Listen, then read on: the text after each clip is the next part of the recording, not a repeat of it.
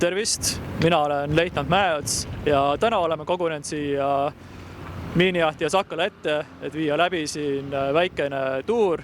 Tutvustame nii seest kui väljast. Miinijahtija Sakala on siis üks 3 miinijahtijast, mis Eesti mereväes seilab laevast endast. Laev on siis ehitatud aastal 1990 Inglismaal Rosaidis. Laev on 52 meetrit pikk ja circa 10 meetrit lai. Nagu juba nimi reedab, siis tegu on miinijahtijaga, mille ülesandeks on siis jahtida miine. Aga mis me siin kai peal ikka enam külmetame, lähme vaatame laeva seespoolt.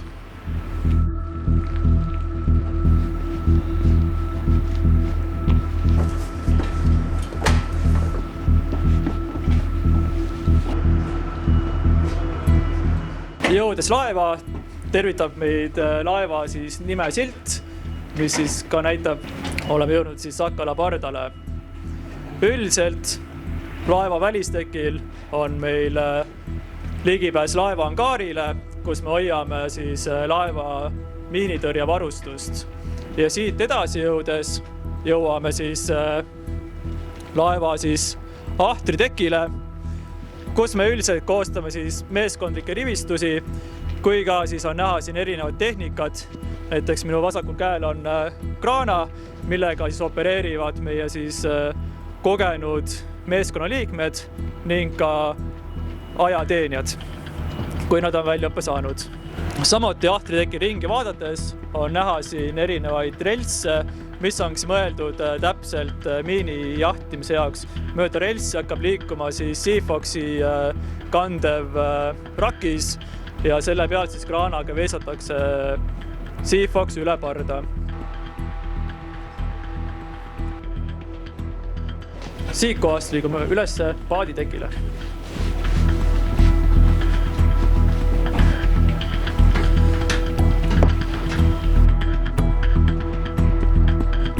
Paaditekk, nagu siis nimetus juba reedab, on siis tekk, kus me hoiame paate. Meil on kasutusel 2 paati, mida me siis kasutame üldiselt miini jahtimise ja abistamise jaoks, kui ka siis aeg-ajalt meeskonna transpordi jaoks. Ja mõlemal pool silda asuvad siis sillakapid, kus siis on peidus signaallipud. Signaallippe kasutavad meil laeva siis signalistid ja sideoperaatorid just nimelt selle jaoks, et suhelda teiste sõjalaevadega ja saata välja nendele lippude abil visuaalsed, taktikalised käsklused.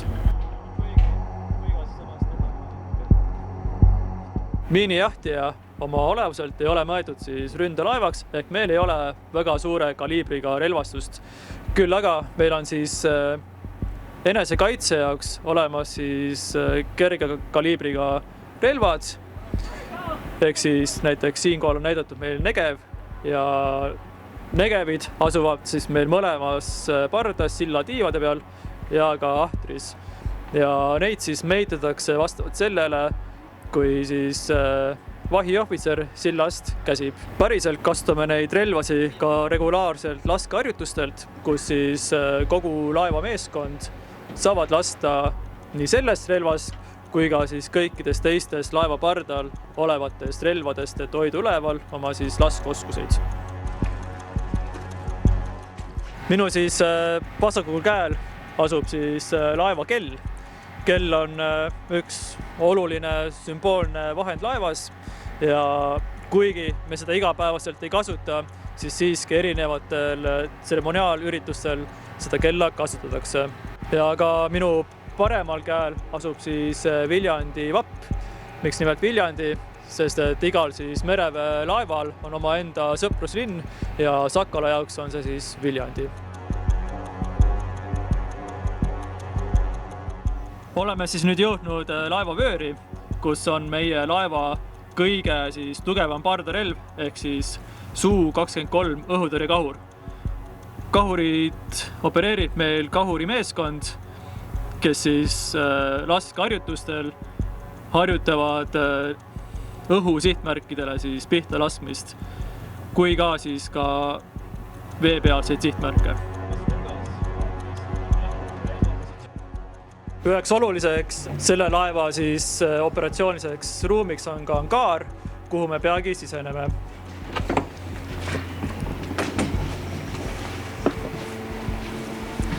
Angaaris me varustame miinijahtimistehnikat ja siin taustal ongi näha siis üheks tehnikaks on siis allveerobot Seafox. Allveerobotid on meil 3 sorti, on Seafox India, Seafox Charlie ja Seafox Tango.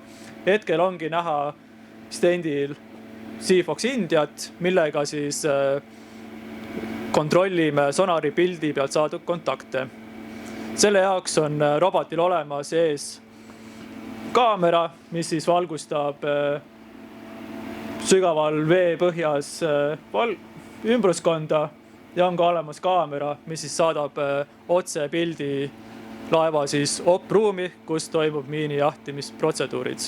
Samuti on meeskonnaliikmetel võimalus teha angaaris sporti, seda juhtudel, kui ei toimu parasjagu miinitõrjeoperatsioone ja angaaris pole suuri tegevusi. Selleks on meil erinevad vahendid siin, näiteks saame kasutada hantleid, olemas on ka meil sangpommid ja saab ka kasutada jalgratast, millega saab vastupidavust treenida.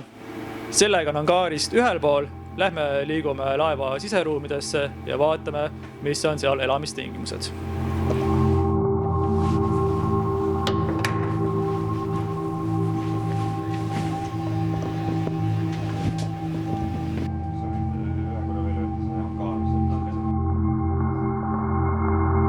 Nii, oleme nüüd jõudnud siia laeva keskkondispuldi ette.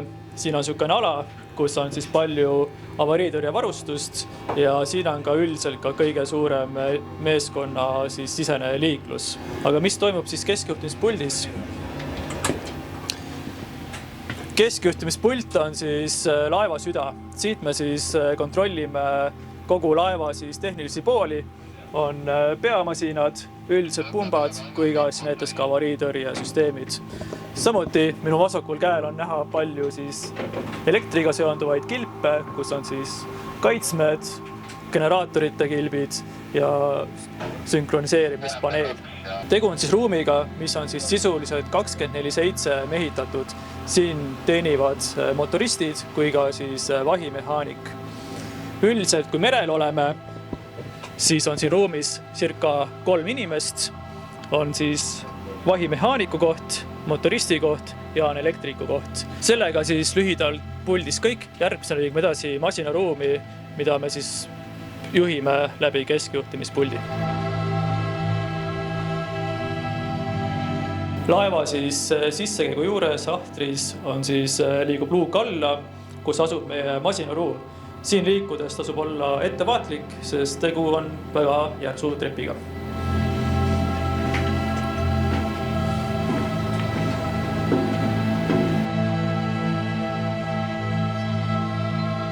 Oleme jõudnud nüüd Sakala masinaruumi, kus on meil 2 Paxman Valenta peamasinat. Peamasina ülesandeks anda siis sõuseadmetele jõudu, mis siis annavad laevale nii edasi kui tagasi siis liikumiskäituvuse. Masinaruumis on ülesandeid motoristidele. Motoristi põhiliseks ülesandedeks on ette valmistada peamasinat käivitamiseks ja seejärel siis peamasinate monitoorimine. Ajateenijad kontrollivad siin õlitaset, pöördeid ja temperatuure. Kuna hetkel asub laev sadamas, siis peamasinad ei tööta. Küll aga, kui masinad töötavad, siis siin ilma kõrvaklappida liikuda ei saagi, sest siin tekib väga palju müra, mis võib kahjustada kuulmist. Samuti merel olles, kui peamasinad töötavad, läheb siin väga tuliseks, temperatuurid küündivad kuni 40–50 kraadini.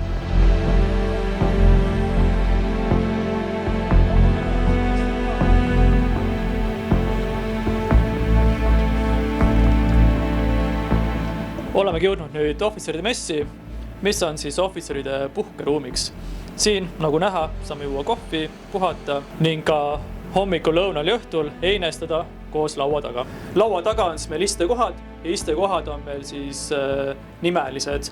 Et on olemas mul näiteks vanemehaaniku koht, kõrval asub mul relvastusohvitseri koht. Samuti on siin laua taga iste, kuhu mitte keegi peale ühe isiku ei või istuda. Selleks on siis komandöri tool. Kui keegi teine peale komandöri siia istub, siis on ta võlgu komandörile või laeva meeskonnale mingi teene. Vaadates siis ohvitserimessis ringi, on näha seintel väga palju erinevaid embleeme ja vappe. Vapid ja embleemid on siis välja teenitud sellega, kui me teeme liitlasriikide laevadega erinevaid siis koostööharjutusi. Ja aastatega on need ikka väga palju siia tekkinud. Lisaks siis ohvitserimessile on laevas ka 5 kajutit, mis on siis mõeldud ohvitseridel siis puhkamiseks. Laevas on 2 siis 2 inimesest ohvitseri kajutit ja 3 1 inimese kajutit. Tegu on siis 2 inimese kajutiga. Antud kajut on siis mõeldud relvastusohvitseri ja operatsioonide ohvitseri kajutiks. Tegu on üsna lihtsa kajutiga, on olemas siis koid, üks ühel pool ruumi, teine teisel pool ruumi. Lisaks kõigel muule on ka siin integreeritud töölauad, kus ohvitserid saavad teha oma igapäevaseid tööülesandeid. Kuigi laevas on meil jooksmine keelatud, siis ühes ruumis, pintsiruumis, on meil olemas jooksulint, kus jooksmine on lausa teretulnud.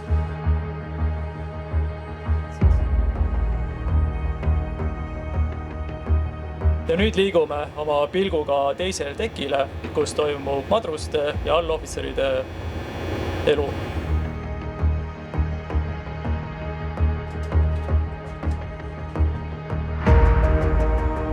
Mööda kitsaid koridori edasi liikudes jõuame me siis kajutite juurde, kus siis peamiselt ööbivad meil siis meeskonnaliikmed. 2 tükki, üks on siis laeva vasakus pardas, teine on paremas pardas. Liigume sisse. Tegu on siis laeva ühe suurema kajutiga, siia kajutisse mahub 12 inimest. Nagu näha, siis siin juba elutegevus käib, kuna antud kajutis siis elavad inimesed ööpäevaringselt. Kajutis on siis 3-kordne nari, kus siis meeskonnaliikmed saavad oma välja teenitud puhkeajal puhata.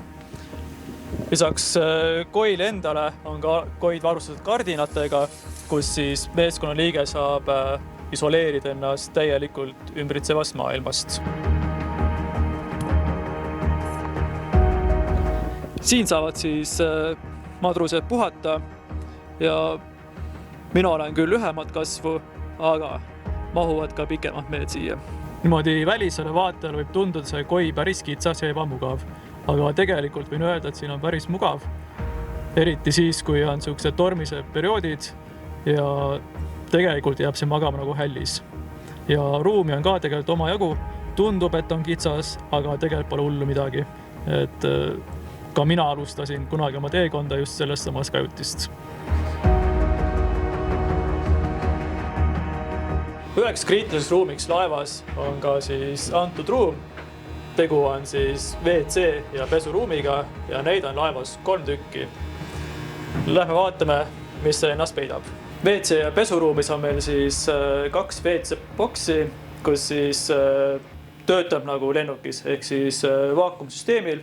Natuke teeb müra, natuke kapriissed, aga ajab oma asja ära. Samuti on meil ka täitsa mugav duši nurgakene siin, kus saab siis pärast rasket tööpäeva ennast puhtaks pesta. Minu selja taga siin asub üks laeva kõige tähtsamaid ruume. Tegu on siis kambüüsiga, kuhu sisenemine on ainult vanem koka loal. Siit ruumist, siit samast luugist, väljastatakse siis meeskonnale 3 korda päevas süüa, nii hommik, lõuna kui ka õhtusöök. Lisaks sellele, et tegu on ühe tähtsama ruumiga laevas, on see ka ühe kõige keerulisema töötingimustega ruum. Kokad valmistavad siin kambüüsis iga ilmaga toitu, olgu siis suvel, kus on siis päike paistab, meri on sile, või siis ka talvel, sügisel, kus meri on tormine. Ja igast ting saavad hakkama ja pakuvad, ütleks nii, et ka kaitseväe kõige paremat toitu.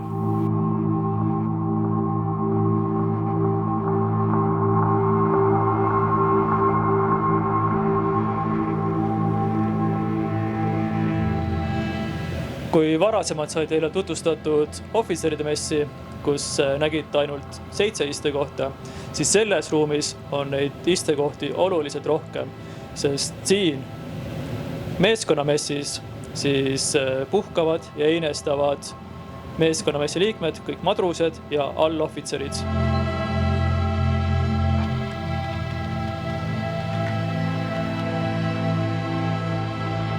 Selle ruumi näol on siis tegu laevakontoriga, kus on siis meeskonna liikmetele mõeldud lauaarvutid ja läbi nende siis saavad teha meeskonna liikmed oma tööülesandeid, lugeda e-maile või surfata niisama internetis, lugeda uudiseid.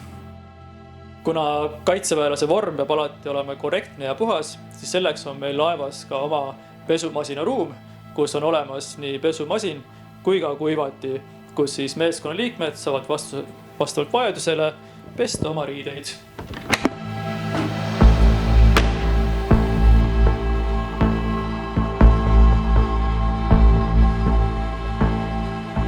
Oleme jõudnud laeva silda, kui siis varasemalt sai mainitud, et keskjuhtimispult on justkui nagu laeva süda, siis laeva sild on justkui siis nagu laeva aju ja siit toimub siis kogu laeva juhtimine ja navigeerimine.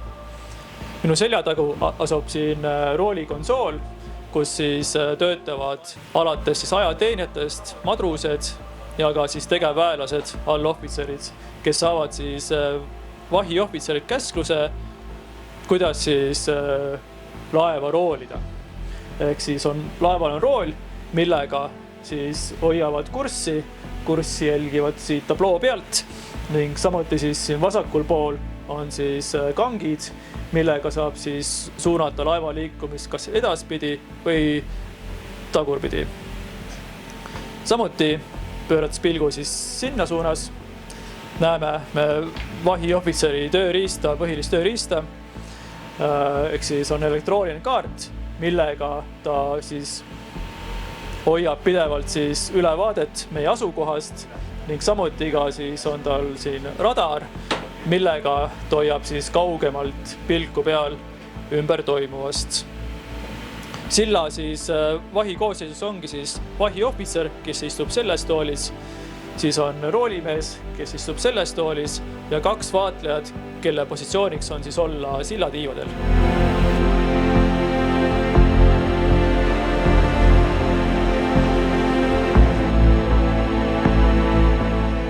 Aitäh, et meiega kaasas käimast. Selline oli tutvustus miinijahtija Sakalast. Kui olete ise mereväkke tulemas, saate kõike seda omal nahal juba tunda.